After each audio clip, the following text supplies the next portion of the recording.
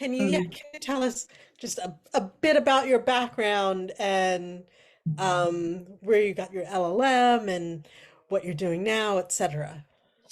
Yeah, sure. Thank you, everyone. And I'm very happy to have the opportunity to participate and share my experience and hope to be helpful to everyone listening any other night. Similar to Darren and Carolina, and I'm sure many others LLMs, I came to study after having done law studies in my country. I am originally from the Dominican Republic, and I had graduated from law school over there, like the equivalent to the JD I had done already before I came here. And I had been working as an attorney for 6+ years in the central bank of my country, in-house. And the central bank is a humongous organization where we did a little bit of everything: real estate, finance, constitutional law, employment law, everything for the bank. And at that time, there were over 2,000 employees. So the amount of work that generated was pretty big, plus all the governmental related work we did as well. So I came to Boston. I'm also in Boston in 2012 to do an LLM in Boston University. I came with the Fulbright program for a 1-year period. And I went to do the banking and finance LLM. When I came to Boston, I was not, it was not on my radar, the whole like bar exam or, job hunting or transitioning, just because in the condition I came as exchange student, my visa had a 2 years residency requirement. So I kind of had to go back. So I was honestly kind of skipping everything about like, oh, do you want to learn about networking? Come to this event. So I was doing like all those wrong things that at the end kind of, came after me like, oh my God, I wish I knew. So what happened is that then I met who's my husband now. And like the whole approach changed because I had, when I came back, then I was like, oh, all these things that I was not paying attention to because I didn't think they were going to, be significant to my career. Then I was kind of learning them on my own and kind of struggling with the whole process. But Boston University was very helpful in terms of like, what do I do now? I'm coming to live in this country, and I am from a civil law country. And I did an LLM that didn't help me at all to take, the required classes in order to enable me to take the Massachusetts bar exam. So what happens is that I think that depending on the LLM that you make, those classes can or cannot allow you to seek to take. Probably notice I've jumped. Oops, sorry. Yeah, sure. So depending on the LLM that you take, at least at BU, that was my experience, you may or may not be able to sit for the bar exam in Massachusetts.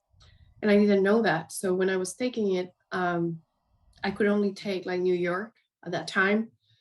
So I kind of had to go back to BU just to do the required classes that I needed. And in doing that, I end up doing another LLM in American law, because by the time I end up choosing all the classes that I needed, it was almost worth it just to get another degree. So I felt it made sense to do the LLM in American law, because at least that would help me for the bar exam preparation. Did you feel that it really helped, or did you like, if you compare it to like did you also do like a Barbary or well, just I think if you don't do the LLM in American law and you just do Barbary, you will pass. If you can pass easily. But definitely I came into the Barbary practice with this background knowledge just so fresh out of there, that was really made things a little bit less tough. As we all know, the studies for the bar can be, but especially in my situation, because Dominican Republic is civil law, so we had a lot of like French law tradition. It's so different in many ways. Yeah. So that passed. So I sat for the bar and I passed. And then the whole experience came of like, how do I find a job now? And as I said, I didn't have the fortune of having like the skills to really learn how to network, which was another gap that I had because I had been working for so long before in an institution where I felt like I was going to be there for the rest of my life. So I never, felt the need to develop those skills. And it was a great experience to have the need to do that, because when I came here, then you realize, as everybody has said before, how important it is to network and how important it is to go out there and meet people and not necessarily like approach like I'm looking for a job, but that conversation will come, and it just happens. Eventually, it will happen, and it's a good process. It really teaches you how to navigate yourself. It teaches you how to really know what you want to do. And one thing I will say when you're like an LLM and come to this country, is that it's kind of an opportunity to really reassess like what you really want to do, because it's like your life is changing. So you have the opportunity, like as Darren said, you think about like, what is my background? What are the things I can do? And sometimes, yes, you will choose what is easier to transition, but sometimes you can also be open and say, I was doing this when I was in my country, but I learned these skills and they are transferable to this area, and I really want to do that now. And I feel like in the US, they're more open to like transitioning and changing and realizing that what you're doing is not necessarily what you have to keep doing for the rest of your lives. Whereas like in my country, it's kind of more like, oh, if you started like practicing this, it's kind of less common to see people open to changing areas. So that would be like one of my first advice to the LLMs. Don't feel like you have to do what you were doing before. It's just, there are always opportunities in other areas.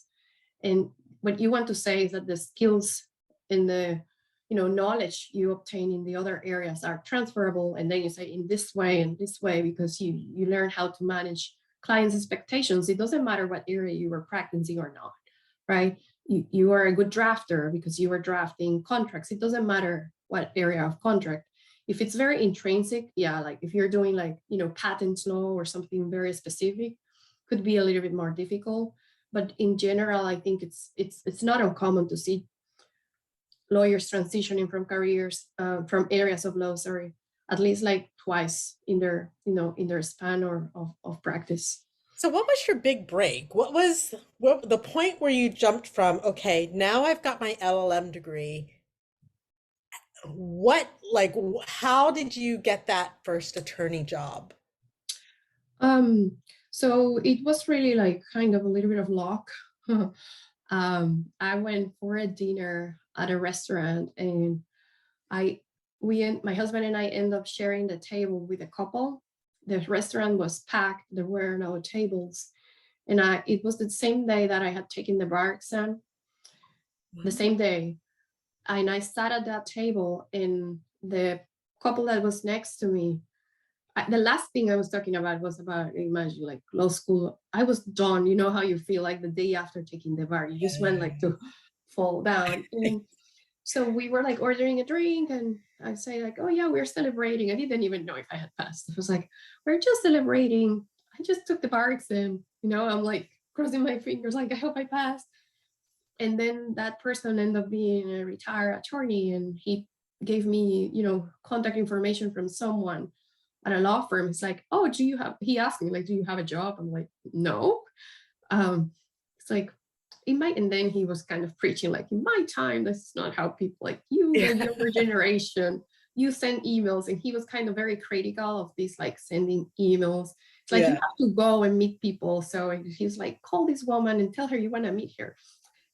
That's not like kind of the way we are coach in law schools now. They kind of like show you like, you send this email and you kind of put your experience, and then you have the opportunity and you attach your resume. It's like, no.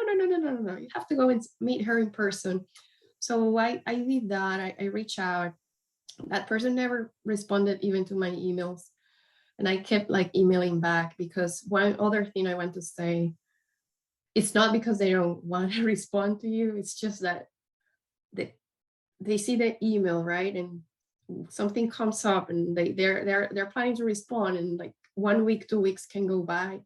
So there's not like an intention not to, it's just sometimes it's so busy. So always keep pushing and kind of following up. They finally responded? Yeah, they finally responded, and we went for lunch. And it was a little bit, I believe you were mentioning like kind of feeling like a little bit of rejection, because, you know, it was all like, well, we don't have a position. I can connect you with some people here and there.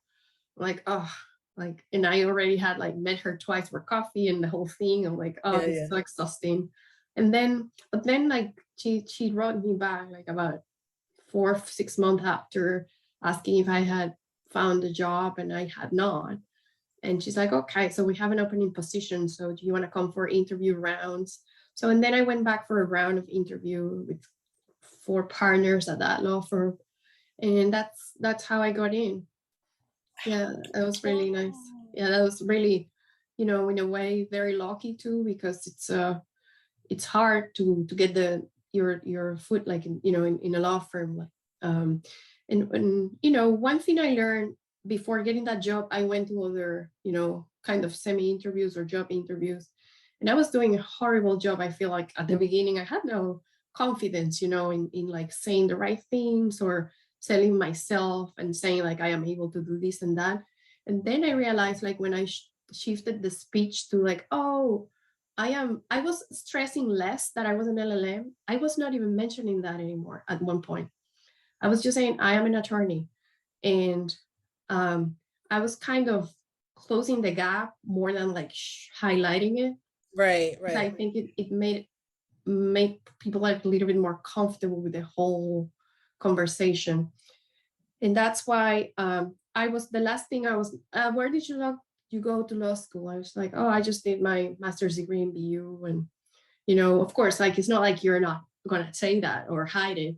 I'm just saying, I think like when I first started, I was just saying like all the things that made me different. Like, oh, and I am from a civil law country and I speak Spanish and I didn't do a JD. So like, why am I saying all these things? Let me just say what I want to do. I am an attorney and I have a master's, and now I am looking for a job here and I can do it. So that was kind of the shift that I noticed at the end made a little bit more sense. And then they will have questions like, oh, and what does that mean that they will come with a question like you don't have a JD. And then you would say something like, well, I do have a JD, it's just called another way in the country. It's the same, kind of like that, kind of sell it that way, because you have to understand it's not, unless it's, I think bigger law firms like Robson Reid, Darren mentioned, they have more appetite for international attorneys because their clientele and their book of business, captures that market. They have transactions with people from all over the world.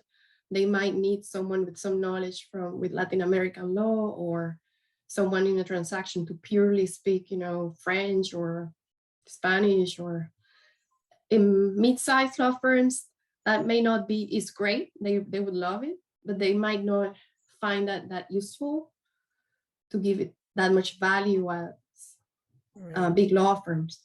Or if it's a law firm that specializes, let's say if you do immigration law, sometimes they really target certain international attorneys depending on the type of clients they have.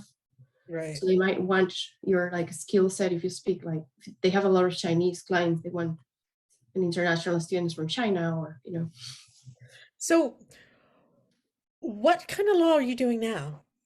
I'm doing mergers and acquisitions. Okay, great. Yeah, and so this is in my second law firm. In my first law firm, I was doing real estate and a little bit of corporate law. And I did real estate for commercial real estate for 4 years with them. And I was doing corporate law in a lesser volume. And that's when I realized, like, this is really what I want to do only. And then I tried to find a position in a law firm where I was going to do more corporate than real estate. Okay. Well, thank you so much for sharing your story. It's Sure. definitely inspirational. And I hope one day I get lucky. My husband and I, when we were driving down to campus, because I'm in Pennsylvania, we were driving down to DC. We stopped to charge his Tesla at a service station, and the guy who was next to him charging his Tesla was starting a law firm. And so my husband's like, "Oh, my wife is taking the bar exam." So I'm at that stage where, like, he gave me his email or his phone number. We've been texting each other. We've been trying to meet up or whatever, and he's just, I guess very busy. So Yeah. I'm like, hopefully it'll turn out to be fortunate, but we'll see how it goes. Yeah, no, definitely. And do not give up, because you'll get a spot in their calendar. It's just you know, to keep pushing. Okay. All right. Thank you so much. And so